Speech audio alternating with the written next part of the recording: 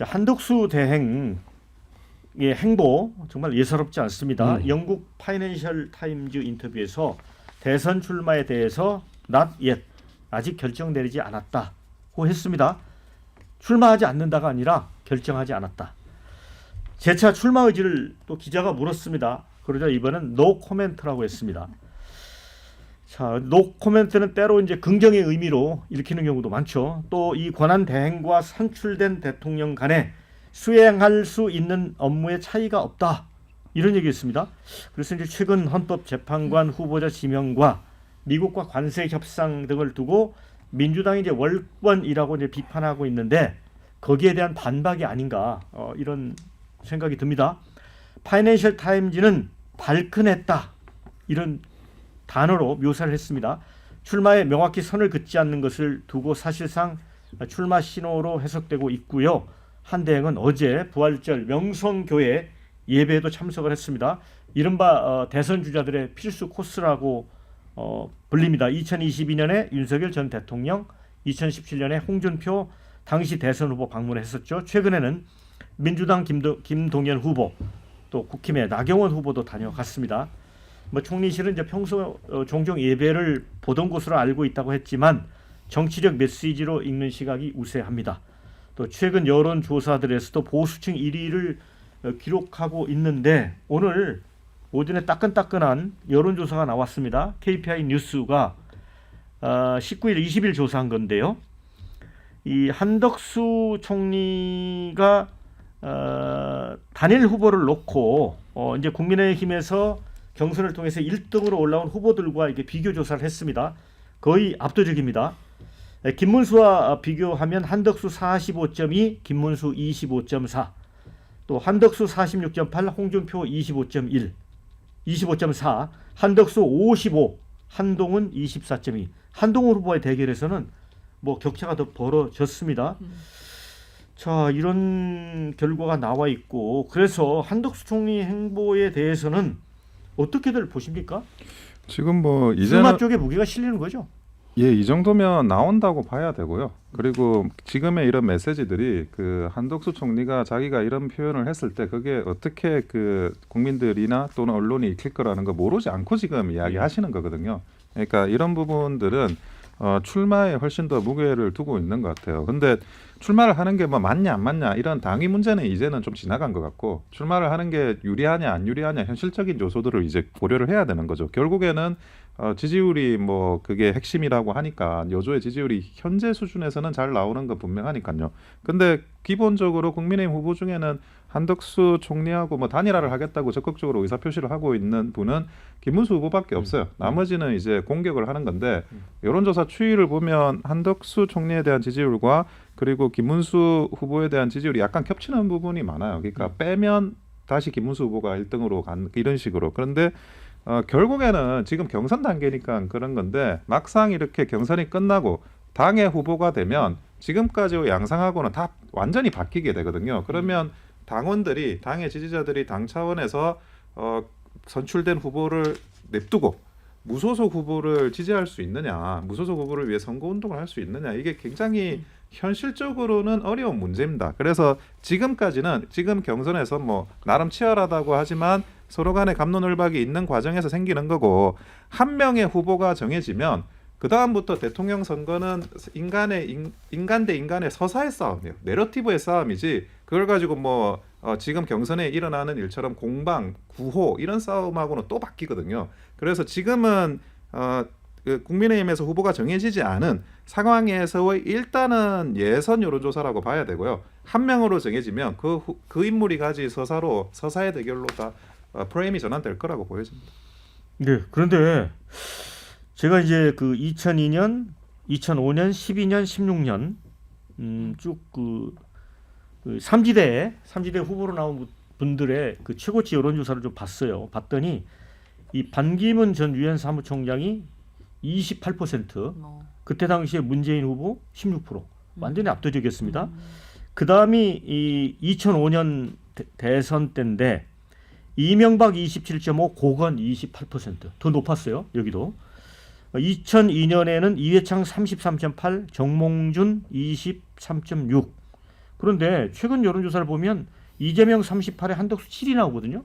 그러면 과거와 비교할 때는 굉장히 단수 수치지만 경쟁력이 약하다라고 볼 수도 있는 거잖아요. 아니 그래서 저는 한덕수 대망론이라는 게 실체가 없는 약간의 이제 뭐랄까요 그 망상 비슷한 거다 이렇게 생각하는데 앞서 이제 뭐 고건 또 뭐 반기문이 사례를 말씀해 주셨는데 그래도 주저앉았어요.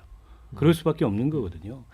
그런데다가 그 한덕수 총리가 만약 진짜 생각이 있었다면 국민의힘의 경선에 나왔어야 됩니다. 그러니까 윤석열 트랙을 탔어야 돼요. 근데 그렇게 트랙을 안 타고 무임승차하겠다 마지막에 가서. 근데 앞서 이제 원영섭 단장님 말씀에 전 동의하는데 정당이 그럴 수가 없습니다. 그러면 그 정당은 깃발을 내리는 거예요. 만약 무소속 후보 밑으로 들어가게 되면 그리고 이길 수도 없어요. 정당 후보를 상대로 무소속 후보가 경선에서 이길 방법이 없습니다. 모르지 않을 거라고 보고요. 그래서 저는 지금 상황을 즐기고 있고 본인이 한번 해볼까 이렇게 이제 잔뜩 바람이 들어가 있는 건 맞는데 막상 발걸음을 못 뗄 거다. 발걸음을 떼는 순간 이건 후퇴가 없습니다. 인생을 건 게임을 해야 되는데 그 대선이라는 게요. 건곤일척의 그런 어떤 그 이 권력 의지와 승부욕이 있어도 갈 수 있을까 말까 그런 게임입니다. 근데 곱게 살아오셨잖아요, 이분이. 좋은 자리 골라다니면서. 근데 이제 바지가랑이 흙묻히고 이제 손에 흙묻히고 이래야 되는데 결심을 못 할 거다라고 생각하고요. 홍준표, 한동훈 이런 분들이 후보가 되면은 단일화 쉽지 않아요. 일주일만 문 밖에 세워두면 항복할 거예요. 그래서 제가 보기에는 그걸 모르지 않기 때문에 못 간다. 저는 여기에 더 이 우선순위를 둡니다. 술전 변호사. 네. 박원석 의원께서는 출마 못할 거다. 일종의 망상론에 불과하다는 입장인데 동의하세요?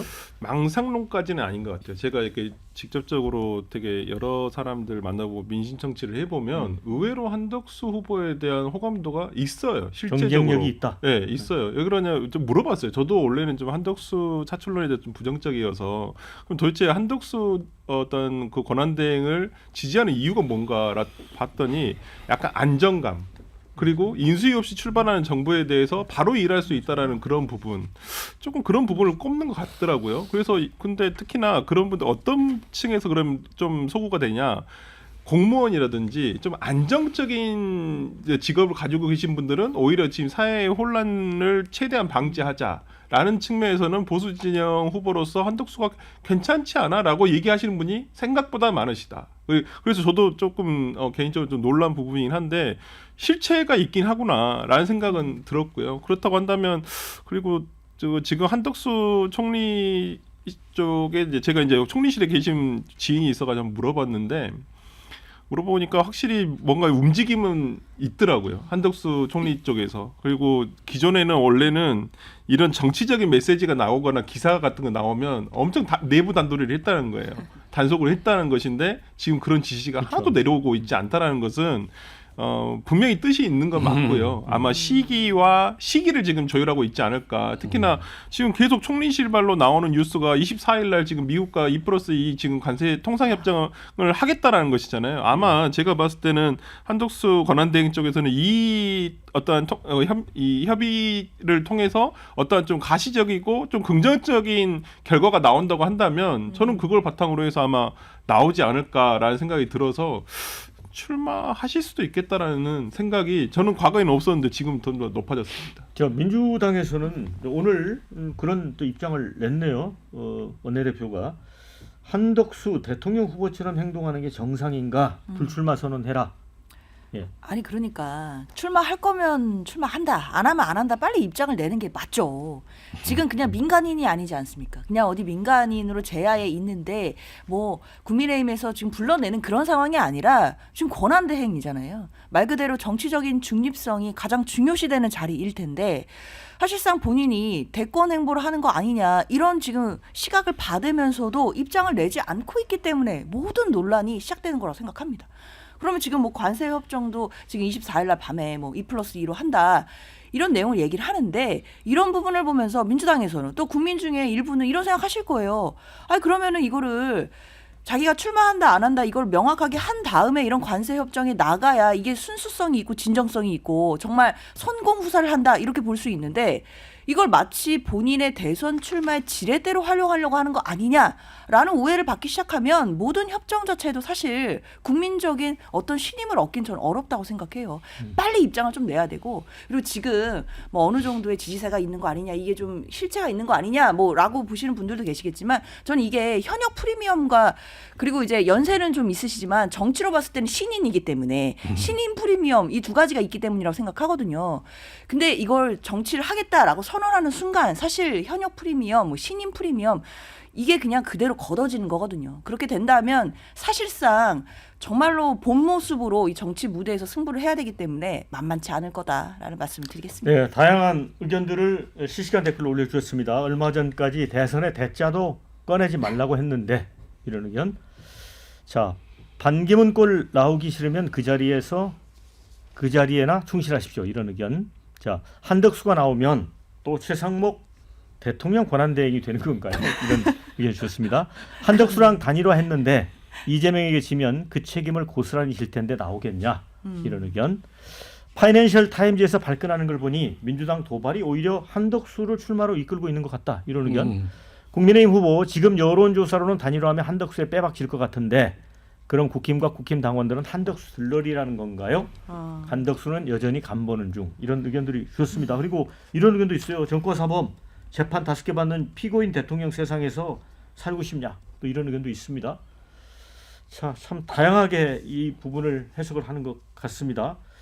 자, 그런데 이제 민주당 입장에서는 지금 이제 아까 설전 변호사 조금 이야기했지만 24일, 25일 이제 워싱턴에서 한미 통상회의가 있습니다. 그래서 시한부 정권이 할 일 아니다. 이 관세 협상 미뤄라. 또 이런 얘기도 하거든요. 이런 건 어떻게 될까요? 근데 이제 협상 자리에 아예 안 앉을 수는 없을 거예요. 미국이 우선 협상 대상국으로 지정을 했고, 그리고 어쨌든 미국하고 이 협상의 결론을 내야 되잖아요. 그러니까 아예 못 들은 척하고 그냥 안 갈 수는 없는데 문제는 중요하고 민감한 결정을 하면 안 되는 거죠. 그게 이제 민주적 정당성의 문제가 있는 데다가 서둘러서 좋을 게 하나도 없습니다. 왜냐하면 미국의 패가 뭔지를 지금 모르고 국내적으로 트럼프가 굉장히 몰려 있는데 트럼프한테 탈출구를 만들어질 이유가 없어요. 그래서 일본도 확연하게 속도 조절에 나섰고 중국은 오히려 지금 거꾸로 해볼 테면 해봐라 이런 자세로 들어가 있는데 우리가 이제 상대적으로 국력이 열세잖아요.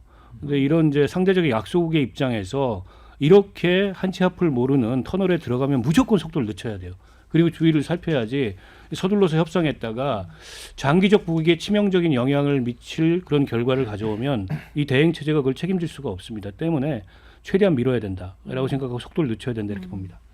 그러니까 대행 체제라도 이제 대통령이 없는 거기 때문에 아까 한덕수 총리 얘기는 어떤 선출된 대통령만큼의 어떤 권한을 행사해야 된다라고 주장하는 것 같아요. 그런데 한덕수 대행 같은 경우는 이제 출마할지 여부가 이제 걸려 있어서 더 이런 논란이 커지는 게 아닌가 싶은데요. 네. 근데 네. 그 모든 것의 핵심은 국익을 두고 판단을 해야 됩니다. 과연 이 한덕수 권한대행이 트럼프 대통령과 어떻게 담판을 잘 지어가지고 국가에 이익을 줄 수 있는 게 분명히 있다 그러면 그거를 왜 마다해야 됩니까? 국민들한테 이익이 될 수 있는데 그거는 오히려 그 늦게 하는 거와 빨리 하는 거는 다 일장일단이 있는 거거든요. 과거에 이제 윤석열 대통령이 바이든 행정부하고 협의를 하면서 사실은 굉장히 세게 미국 쪽으로 서는 그런 제스처를 취했어요. 그게 궁극적으로는 대한민국 국익에 굉장히 이익이 됐었습니다. 그 이후에 뭐 반도체라든지 뭐 이런 문제와 관련해 가지고 지금도 마찬가지고 물론 이제 그 아까 오프닝에도 말씀하셨지만 정말 트럼프 대통령이 이게 좀 뭐 탄핵의 뭐 위기라든지 뭐 지지율이 좀 떨어지는데 대한민국하고 좋은 결과를 낼 수 있다 그러면 그렇게 대한민국이 미국한테 좋은 어떤 무엇을 줄 수 있다 그러면 미국으로부터 또 좋은 국익에 도움되는 걸 받아올 수도 있는 거예요. 만약에 빨리 결정해가지고 국익이 도움된다. 이거는 반드시 해야 되고 만약에 그럼에도 불구하고 이게 무슨 앞으로 뭐 대선 무도나 이것 때문에 이거를 늦춰서 국익에 도움되지 않는 행위가 발생한다 그러면 그게 오히려 직무유기입니다.